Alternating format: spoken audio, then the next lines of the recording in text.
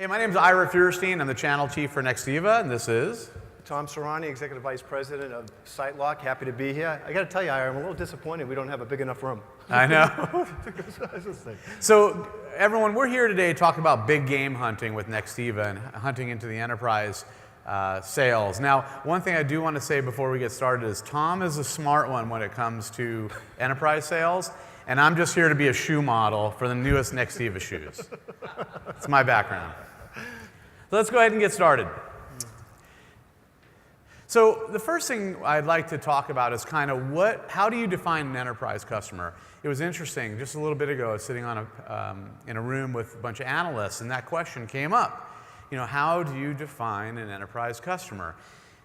The thing is, if you look at it, honestly, there's no standard definition that exists anywhere that I've seen. Like, you can go on Google and just do the question, and you will find literally pages of people and what they think an enterprise customer is. I mean, because it really can mean a lot of different things to a lot of different people. And what I want you guys to think about is that really what most matters is what it means to you, right? If you're in the business right now and an average customer for you is, let's say, 20 users, well, to you, an enterprise customer may be 100, right? Because it's sort of out of the area that you're in right now. But maybe you're selling into the 500s, you know, to you, an enterprise customer may be 2,000.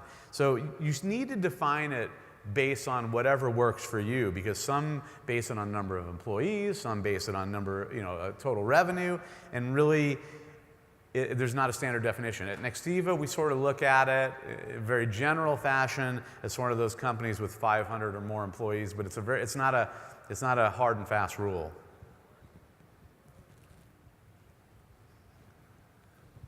So your foundation of any sales cycle is truly defined by your understanding of the customer requirements. It starts there.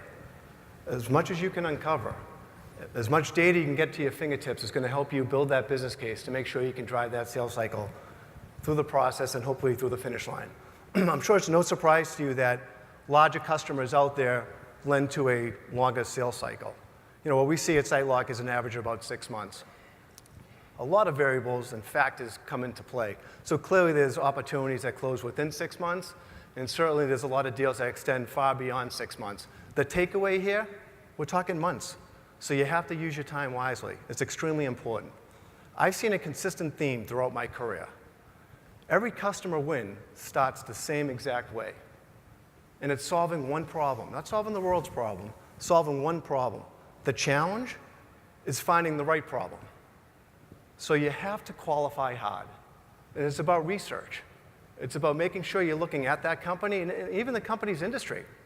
Take a look at that company. What's their mission statement? You know, what are the trends that are happening?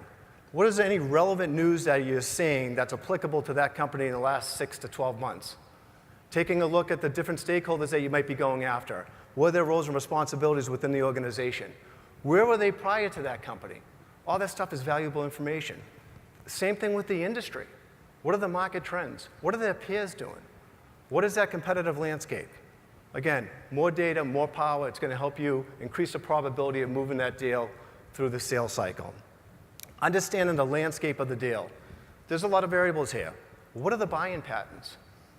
Who do they buy from? Why do they buy from them? What is the process? Are there budget constraints? Is it decision-making timeline? When you start literally going after these decision makers, it's not just about the decision maker. What about the gatekeepers that have access to the decision makers? What about the influencers? And you certainly can't forget the drivers. That's your champion inside that account. He's going to be able to give you that feedback to figure out how you're doing. Is it moving forward? What obstacles you have to maneuver around? It's extremely important to make sure that you have all that in place. And clearly making sure you address the pain points, solving that one problem, flushing it out. Another thing that I found very important in any sales cycle is demos and proof of concepts. Huge asset. Don't hand him the keys and let him drive. Help him put his hands on the steering wheel. Help him navigate you through your solution. You're the expert. And more importantly, you're going to show them very carefully the value of your service, how it solves that problem, how it eliminates those different pain points. That's your role as a trusted advisor, making sure that they know that you're an expert. And I think another takeaway with these demos and proof of concepts, the other thing you could potentially mitigate is down the road in the sales cycle, these hurdles and these red flags you're probably going to run into is if and when it requires technical buy-in. You need to get that out of the way. And in fact, you should be proud of the service that you represent. So again, big fan of demos and proof of concepts. So let's talk a little bit about a case study, because I think case studies are always good to take a look at. You know, at Nexiva, it's interesting. The landscape in hosted communications it's really moving up market for everybody, all providers, and the deal sizes are getting bigger and bigger. But one of our partners, I'm not sure if he's here right now, but Brad from TDM brought us in on a deal with Texas Roadhouse, and want to sort of take you through a little bit of kind of how we got to that deal, because I think it's important for you to understand what it takes to actually close an enterprise customer. And it's not a quick process generally, right? It's going to be a lot of due diligence. So Texas Roadhouse, how many of you guys have heard of Texas Roadhouse? Everyone? Okay, pretty much everyone. They have, I don't know, 600 restaurants in the US, and they had come through our partner and come to us and said, listen, we feel like we have a problem, but we don't know we necessarily have a problem. I don't know if you guys are aware, but most Texas Roadhouses are just open for dinner. That's it. So it's a very important meal. I mean, that's where they make the majority of their revenue. And they take something called call-ahead seating. Call-ahead seating is sort of like a reservation. And it's super critical to them because that's they're a very customer-centric organization. And they saw that their call-ahead seating wasn't growing like they had thought it should be across the U.S. And they weren't sure, frankly, if it was a technology issue, if it was a people issue, if it was competitive issue. They weren't really sure. So they said, listen, we've got old school telecom systems at all our restaurants, so we need to take a look at this anyway. So let's talk about telecommunications and maybe how Nexiva can help us with that.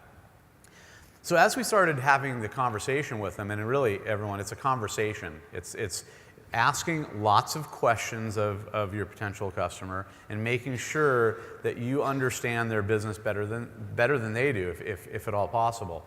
So we started going down the path. Okay, tell us about your business. How are calls coming in today? Are customers calling in on a local number? Are they calling in on toll-free? All the questions that we hopefully all know to ask. If not, we can get all those questions to you. But what it ended up being, I looked at these guys and I said, listen, at the end of the day, you're a call center. And they looked at me and they're like, we're not a call center. We're a restaurant. I said, no, you're a call center. And let me explain why. And I started going through the few little smart cells I have in my brain. I started saying, listen, calls are coming in. The customer experience may or may not be great. We don't know. You don't know right now what you don't know as a customer. So I said, this is my theory. If we take the calls that are coming into your restaurant and we queue them up in a cloud call center, and as long as somebody's available at the restaurant to take the call, we'll just deliver that call right through. Be very simple, very straightforward. But the magic on this happens when somebody's not available to take the call. Because now we can start getting some insight into your business that you haven't had before. And what we'll do is we'll queue up the callers in the cloud until somebody's available at the restaurant. Our goal really is simple. We want to get that customer to hold for 30 seconds, 45 seconds, whatever it takes to make sure you can answer the call. And they said, wow, we never thought of it that way, but it's kind of a unique idea for us, so let's try it. I said, okay, well, give us a couple of your restaurants. We'll give you, just be a handshake. We'll just do it as a demo, and let's just throw it in a couple restaurants and see how it goes. And we'll see. We'll throw our Nexiva Analytics platform on it so we can slice and dice the data, and we should be good. So this was so important to them that they gave us their most busy store in the United States, which is Tracy, California. Shows you how important it was to them to risk, in their heads doing that. So we put it in on a Thursday. We ported all their numbers over, had the call center set up, the new Panasonic phone set up, everything was good. Ran it Thursday, Friday, Saturday, Sunday. Monday morning, we got on our web collaboration, and we said, okay, let's look at what we found. Because no one had looked at it all weekend. We got on the Nexiva Analytics, and I'm sure many of you have seen Nexiva Analytics. If you haven't, you need to see it right away. But on the first page, there's a graph, very simple graph, and what it shows is average call volume per hour of the day. And as we were scrolling down the pages, I think it's the second or third graph down on the page, the guy goes, "Stop." And I said, "Did I say something wrong? What did I do wrong here?" And he goes, No. He goes, "Really?" He goes, "That graph, I know what our problem is." I said, "Well, what's the problem?" He's like, "Well, look, the majority of our calls are coming in earlier than 11 a.m. in the morning. I've got no one at the store to answer calls until afternoon. So of course we have an issue, because Tom's calling in to make call-ahead seating reservation.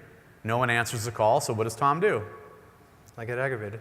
He gets angry and he moves on to the next restaurant down the street, right? We live in a fast food society. So we were able to literally change Texas Roadhouse's business model and make an enormous sale because we found a solution to a problem that they didn't even know they had. So it's a key takeaway there. You always want to try to find solutions to problems that maybe they don't even know they have. Thanks, Ira. Obviously a great win for Nextiva. And you also hit on the point we just talked about a few minutes ago. And again, that's solving that one problem.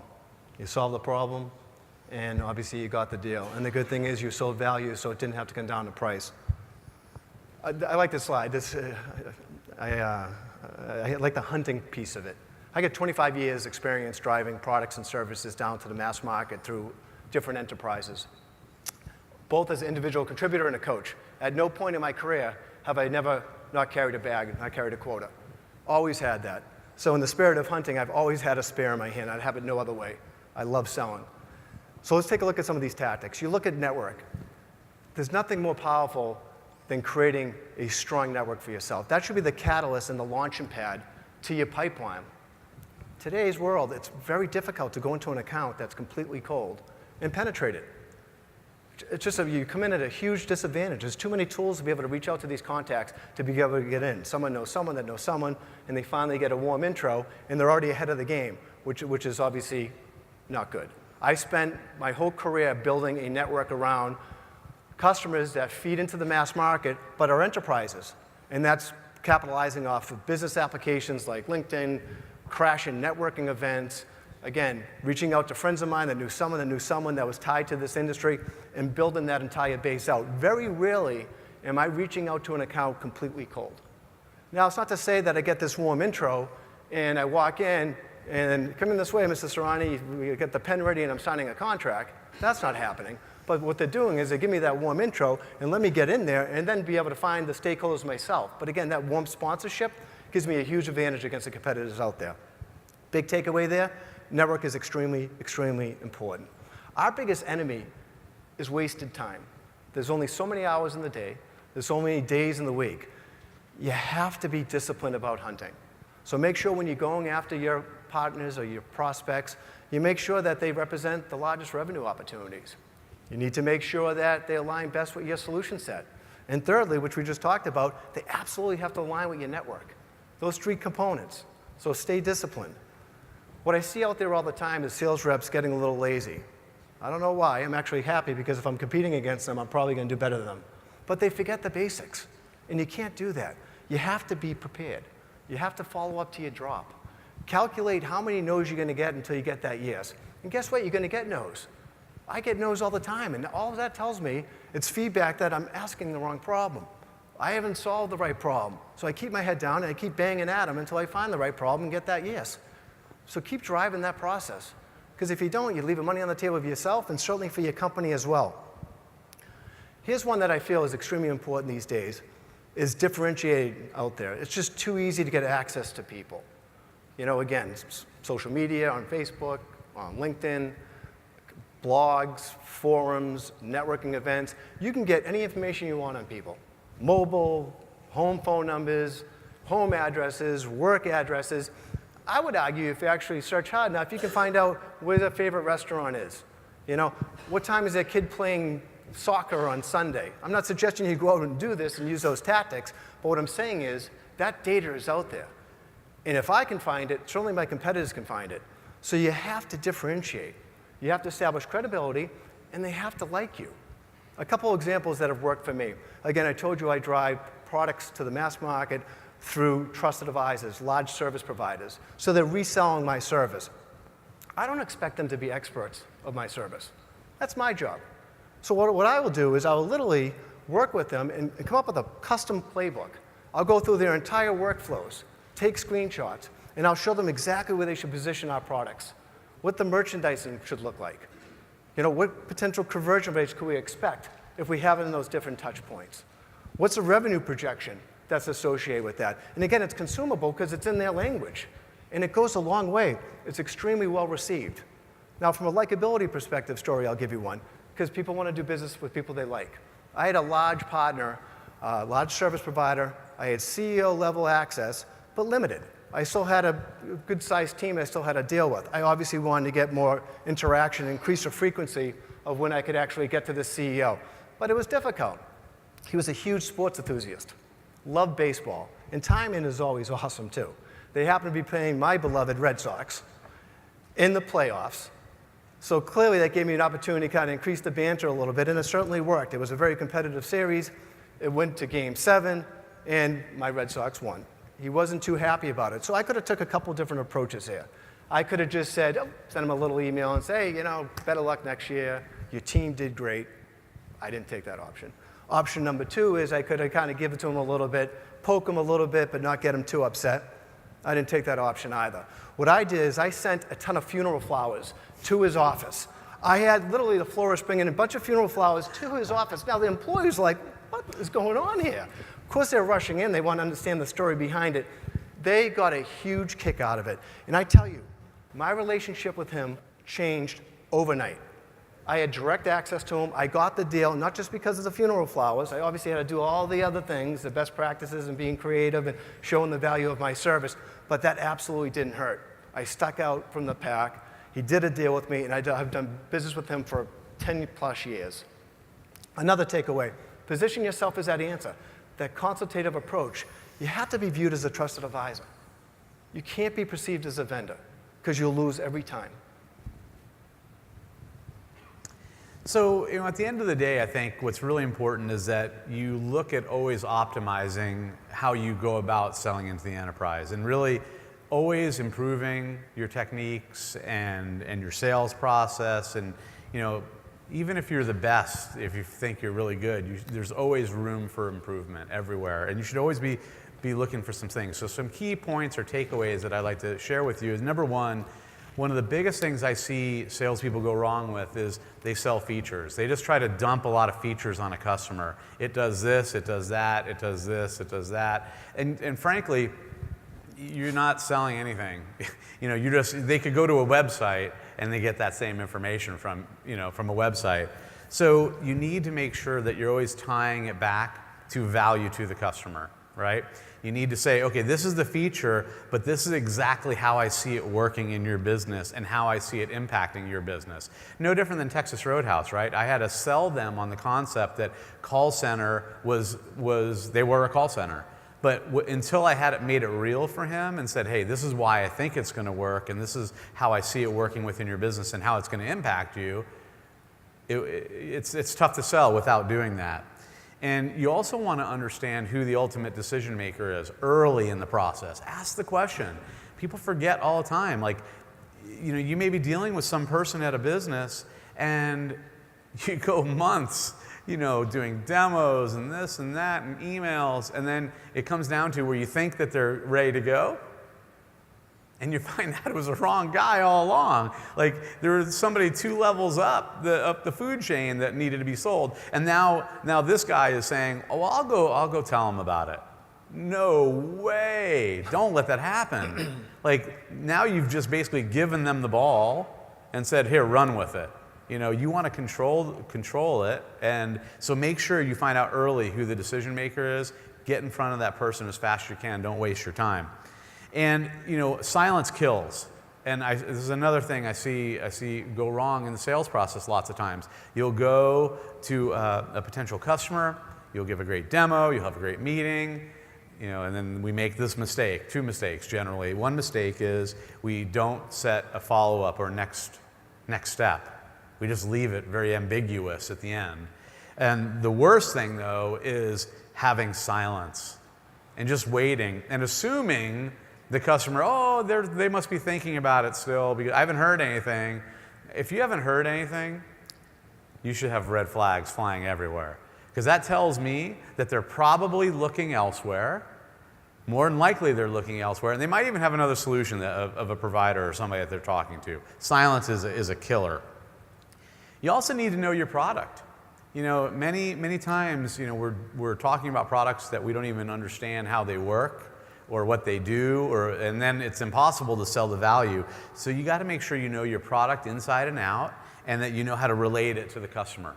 Always relate it back. Sell the benefits, not the features. You know, Tom said earlier, build real relationships within the organization. You know, the funeral flower thing was incredible. I mean, it's funny to me, number one, but number two, it was obviously a game changer for Tom to be able to close that deal. But you know, sometimes it takes silly things to build relationships. It's much easier for people to do business with you if they like you and they feel like they have a kindred spirit or some sort of friendship. And I'm not saying go get buddy-buddy with them necessarily and, you know, be running over to their house, knocking on the door saying, hey, here's a pizza for you. But you got to make friends, right? Because people love doing business with who their friends are, and they feel like they have a vested interest in you, so much easier to do that. And then the last thing I think that's super critical that a lot of people forget is there are tons of resources around you. So like just take Dextiva for example. You know, we've got sales engineers, we've got relationships with large manufacturers like Panasonic. These are resources that we can bring to the table with you to help you close these deals. And you know, a lot of times people feel like they have to do it on their own, or they, for some reason, you know, maybe your ego gets the best of you, and you think, oh, I could do this on my own. And you know, maybe you could, but when you have like a Panasonic coming in with an Nexttiva and sitting in front of your customer, and you have a multi-billion-dollar company sitting there in front of your customer, it certainly adds a lot of street cred, right? So you want to make sure that you're using those resources appropriately. I mean, that last point, I couldn't agree more. I mean, if you're not a resource hog, and you're not literally leveraging your resources as much as possible, again, you're the quarterback of the account. So you need to plug in the resources at the right time. It doesn't have to be overkill. But like Ira suggested, you got internal, external resources at your fingertips to drive that process. You've got to take advantage of that. All right, so you made the sale. You know, now what? Another area where I've seen sales reps continue to drop the ball. You know, they get the deal, they've just established all this credibility, the ink's not even dry, they cash the commission check, they're popping the champagne, and they've already disappeared from the account. You just can't do that. I mean, you have right now the opportunity to shine. Again, you just started that foundation of credibility, all that work that you did. You should be rolling your sleeves up with them the moment that that deal is done, and then getting right to work. What does that project roadmap look like? Are the resources and the assignment of the people that are going to take their different responsibilities, are they in check? The timeline that we talked about implementing, has that changed at all? You need to fine-tune that and work with them as aggressively as possible to make sure you're fulfilling those contractual obligations. I had a client in Canada. It was a prospect. And I was very close to closing the deal. I was you know, pretty much deep into the sales cycle. I've been on site a number of times. But deal wasn't done. There was a competitor lurking, so I'm a very paranoid person by nature. I fly back in, had the right stakeholders, you know, in the meeting, and sat down, and meeting went very well. I got the answers that I wanted. I got the verbal, still don't have the piece of paper yet. Contract's coming, it's in procurement. I end up leaving to go back to the hotel.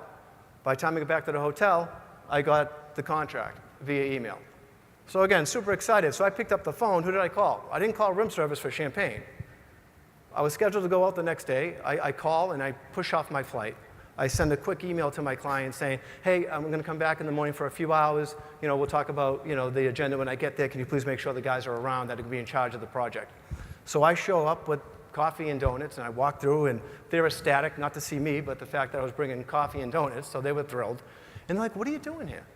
And I'm like, what am I doing here? We just got the deal done. It's time to go to work. We locked ourselves in that room for 3 to 4 hours and did exactly what I talked about a few minutes ago. Assign ownership to all the different things that we needed to fulfill that contractual obligations. And I tell you, I walked away from that meeting, and they definitely did not look at me as a vendor anymore. I started shifting into the perception of that trusted advisor role, and I've stayed there, and they're still a client today. So again, those things are just valuable techniques that you have to embrace. Clearly, after you actually get a deal done, and it's signed, the frequency that you reach out to that client can change. When I first signed a deal, I mean, if it's not daily, it's weekly. But after that initial scope is done, it's probably moving to monthly. I'm doing a bunch of things because I want to make sure that I get a pulse on that customer, making sure, am I missing anything? Is there additional opportunity? Are there some red flags that I need to notice? All those different things. And you can touch them in a variety of different ways. It doesn't just have to be meetings. What if something's in the news? Send it over to them. What if something's relevant with your company you want to share with them? Those are different ways that you actually can stay in touch with that customer. At the end of the day, there's no way to sell into that account unless you're in there. Because they're not going to come to you, and if you're waiting for it, I can promise you, you're probably going to lose that opportunity.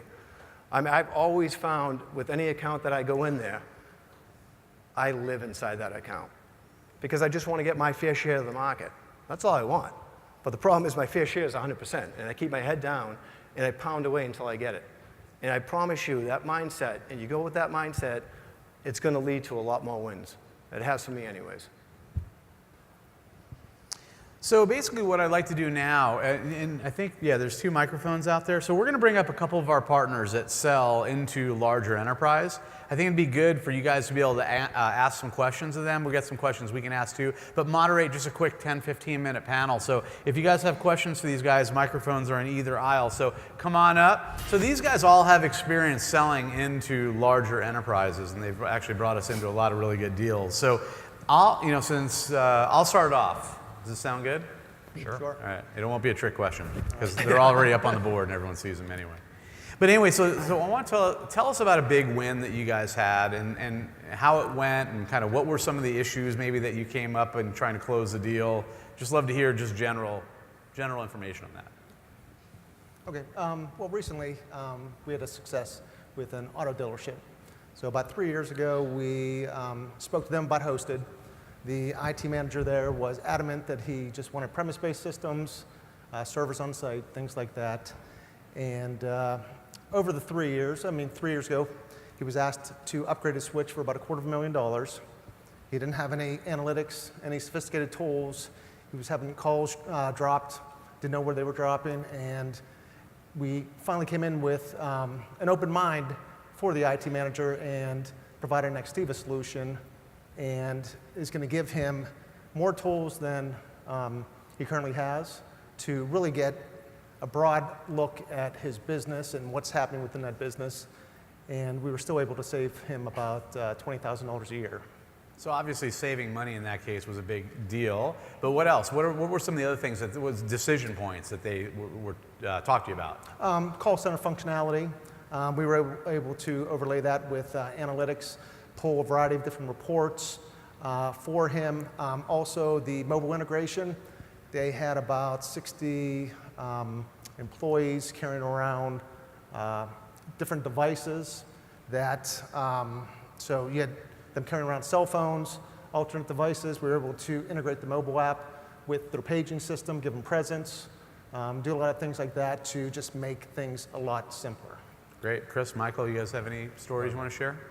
So we had a large manufacturing company, international manufacturing company, that was selling a piece of their business to a private equity firm that we worked with. And there was a requirement to essentially completely break them apart into 2 separate companies. And we were introduced through our relationship with that private equity firm, so getting into the account was relatively easy. The challenge was they had already started a lot of the project and looking at different solutions for their network, for their voice services and so forth. And really what helped us in that scenario was bringing to the table an expert resource that they didn't have from a network perspective and actually helping them with the existing network they were on, fixing problems that they had for them. So it didn't directly benefit us at that moment, but it brought us goodwill with this customer and showed them that we have the ability to bring the right resources to the table to help them solve their problems. And that ultimately is what won us that deal. Excellent. Chris? We recently had a veterans care company that we had bid on, and I thought maybe this story, while they're similar, is a little bit different. They were looking at a premise system versus hosted, and one of the things we learned from this client long ago was that he took the lease price of his premise system versus the hosted price of that opportunity, and actually the hosted price was lower. And so now today, and I hope that gives you guys a tip, We use that in every proposal that we bring out to very large enterprise clients because it's a very easy way to compare apples to apples. So if a premise costs on 5 years $100 a seat and all in for call center and everything else, they're $60 a seat, it might help you win some deals. So that helped us win that deal with NextCon. What type of sales cycle did you see with that? That particular one, I'm sure we're all the same, was probably about 3 to 4 months after the time the beginning started. So It's great. So one of the things I always think about is how do you move up market? You know, like we all say we want to be there, but how do you do it, right? You know, because everyone starts out somewhere, wherever you're at. And it may be, you may be in the small and you want to move into mid-market, or you may be mid-market, you may want to move to enterprise. So what are some of the tips and things that you guys have done to help yourselves move up market in sales? Well, I generally ask for quite a bit of referrals. And I'm always listening, I'm always networking. Networking with companies such as even larger construction companies that are building commercial buildings for moves. That's not a typical probably referral partner of yours that you would maybe network with because they're going to obviously need telephony systems and things like that as well. So, we do shop for referrals quite a bit. We do have actually a referral program put in place called Take 5 referral program that actually gives back in different ways, either to employees for employee benefits, things like that, for winning the business with those referrals. And just tagging on to that, it's really important to leverage those large customers that you do have to continue to get you into that type of customer. The CIOs have forums, the CFOs have forums, so if you've built a strong relationship with those people and shown them your value, it's very easy to get introduced to other similar sized clients through that relationship. And I would tag right along with him, as well as understanding the data that you're going after. So we pride ourselves in really utilizing those terrible people at Salesforce, maybe something new in the future. But I'm big on employee size, so that's one of our qualifiers of who we're going to call on.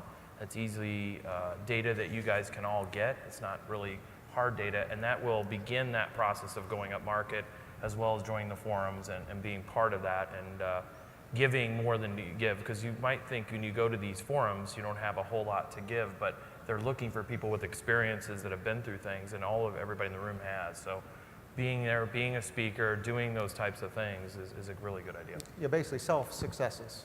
Right. Absolutely. Any questions in the audience while they're finishing up here? You can walk up to the mic. All right, great.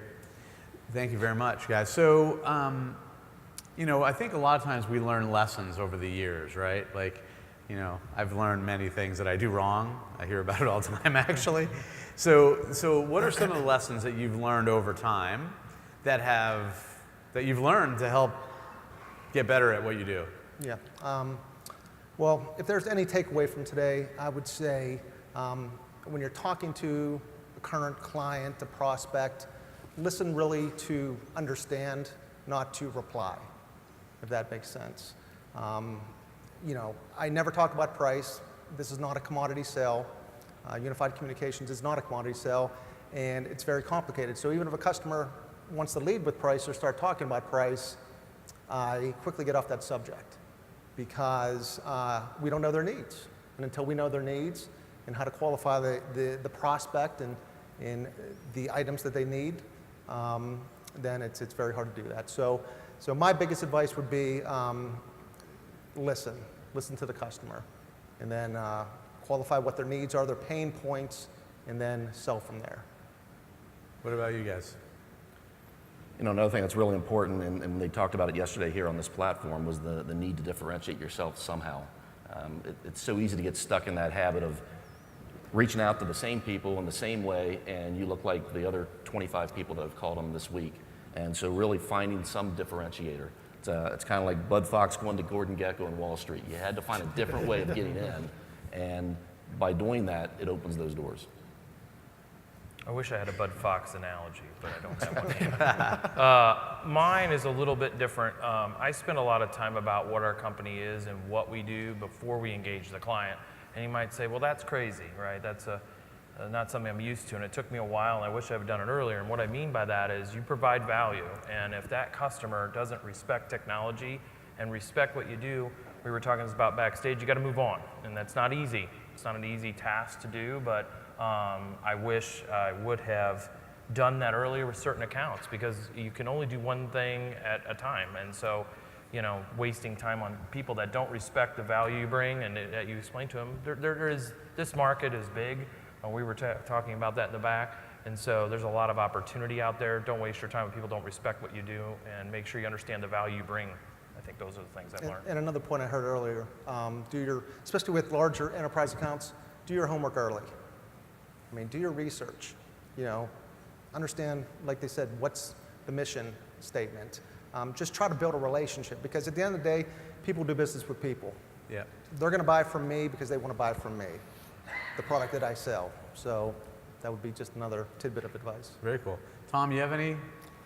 Yeah, I think the two principles that I kind of try to abide by, and actually both professionally and personally are, and I mentioned one in the slide deck, is, again, don't forget the basics. That's just fundamental. And that's something that I always am very sensitive about. And the other one is, be a sponge. Always be learning. You know, I'm always looking at, what are my competitors doing? You know, what are my colleagues doing? What are the industry experts doing in my field? You know, my team, all of that. And I take what I feel is valuable and put it in my toolkit, and it takes my game to the next level. So be that sponge. Always be learning and perfecting your craft. And I found it does very well. It's awesome. Awesome. Guys, did you get any golden nuggets out of this? Anyone? All right. Very cool. Very cool. So, we got a question. Yeah.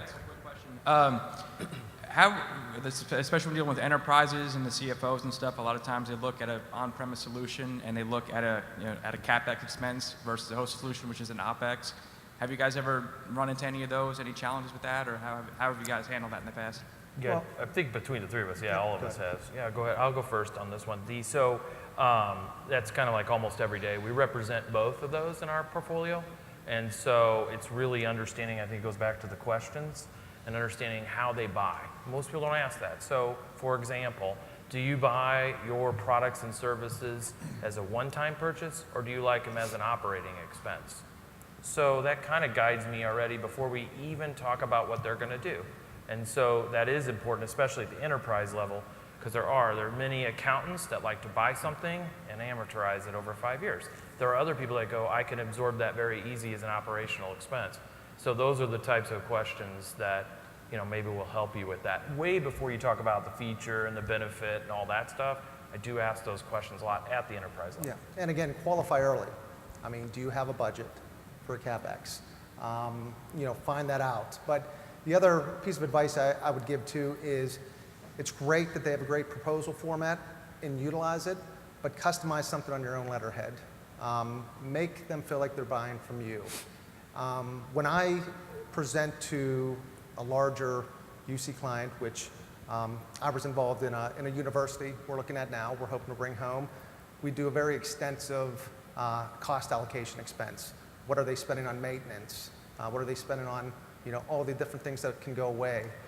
Local, you know, PRI, SIP trunks, calling, things like that. I even go as far as pulling accounts receivables and payable records to see what they spent on MACDs for the last 12 months. And I put that onto my financial value proposition. And what I find is, with an Nextiva solution, they're going to get a much more sophisticated phone system and unified communications solution. And in most occasions, it's at the same dollar spend. Again, not that you're selling off price, but we all know it's easier to sell when you can cost justify it. Yeah. Michael? Yeah. I think they've pretty much covered the gamut. I guess the only other piece to that is helping the client understand what the differences are if they do a CapEx versus an OpEx, because sometimes there is a difference. If they're buying the equipment, do they have maintenance after a certain period of time as compared to an OpEx? Is it a rental base? Is it a lease base? Making sure they understand what those differences are. I think one more just super quick is, when you're looking at these enterprise clients, one thing that I know the question Ira said might be asked was what we did ask, what should you go after? And we did a little bit of an analysis, and if you look at the total amount of time, and I'm sure these guys will say the same, that you spend on a smaller client versus a larger client that respects technology and it sees it as a strategic advantage to their company, you're actually going to make more money. I mean, technically, because they're calling on us or any of our team members to help them. And then as you go to people that respect technology, they might have one IT person, they have some help versus they're leaning completely on you. And so I think it's just very important to keep that in mind as you're out looking for those, and hopefully that answers your question. And one more thing, even though it's hard to measure efficiency benefits, I think you have to bring up the topic, other than hard dollars. How is it going to make their business more efficient? If their business is more efficient, they have happier customers. They're going to get more repeat business. All those factors I think you have to bring to the table and try to educate your customers as well on that. And another easy one is a full-time FTE employee that they might have, like you were talking about, like for the Avaya system. Well, they're paying that guy $60,000, so that's $5,000 a month plus benefits. Let's say that's $1,500. So, like you were saying, you had to put that into your cost. So, you know, what else can you look at? Because if you look at just the dollar amount, it really kind of makes it very gray when you can make it very black and white. So I think we have one more question. John, is that you? John Parrow. Yes. Tom, you did a great job talking about the benefit of doing demos and proof of concept in selling to enterprise customers. And I just am very curious as to how the three panelists, did you use demos and proof of concepts in selling your examples today? And if so, how did that work? Did you see value? Yeah, I've actually have done proof of concepts at the customer sites with full demos, and I let them, you know, when a customer gets to touch it, feel it, play with it, load the apps, you know, use the presence tools, instant messaging, chat, what have you, even within their team, you know, that's a powerful tool. The other thing that I've done too is, again, sell off your successes. You know, you're hoping that when you sell somebody a Nextiva solution and they're your client, they're going to be a happy customer. And I've also sent customers to other locations to visit my happy customers and making sure they are happy, because I have a good relationship with those IT managers or directors or general managers that will take the 15 or 20 minutes or half an hour to meet and talk about the solution and let them see it live. And I think that's a powerful tool too. And the proof of concept is something we use with the majority of our enterprise clients. You know, take the X number of locations, whether it's 3, 5, 10, whatever that appropriate number is. But now they've got the opportunity to truly deploy it and use it and understand how it's going to benefit them. So we regularly use proof of concept. Yeah, I'm with him. I think there's another concept there as well. When you're in the right quadrant of the gardener, right, and you're a CIO, you don't get fired, right? You have to start to think like they do, right? So if you're bringing something new, no matter if it's Nextiva or whatever product you represent, you have to think like them, right? They don't want to lose their job, you know? So proof of concept is, let's throw it in a small location, 5 handsets, you know, this might be 15,000 handsets. And then you get the opportunity to see it work well. Make sure you run the test before that's a good bandwidth, but other than that. Yep.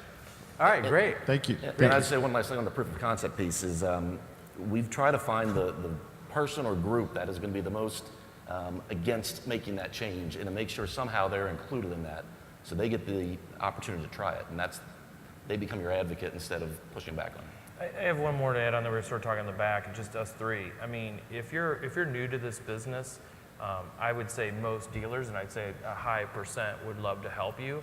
Not try to get any business, but say he's in Orlando and he's in Pennsylvania. You know, you can call somebody across the country and say, hey, why are you successful? And any entrepreneur will help you. I think that's the one common thread of an entrepreneur is he will help the other person because they've been there. And everybody always starts at zero, right? So all three of us started at zero. Everybody here started at zero. So reach out to someone, maybe in the industry, or let Ira hook you up with someone and get through that first couple years, and then it'll really grow. So Awesome. Well, guys, we're out of time. So I want to thank you very much for coming. Hopefully you guys got something out of this today. Appreciate you all being here. And I'll be available afterwards if you want to do any social media pictures with the guy with the nicest shoes in the place. Just look for yellow.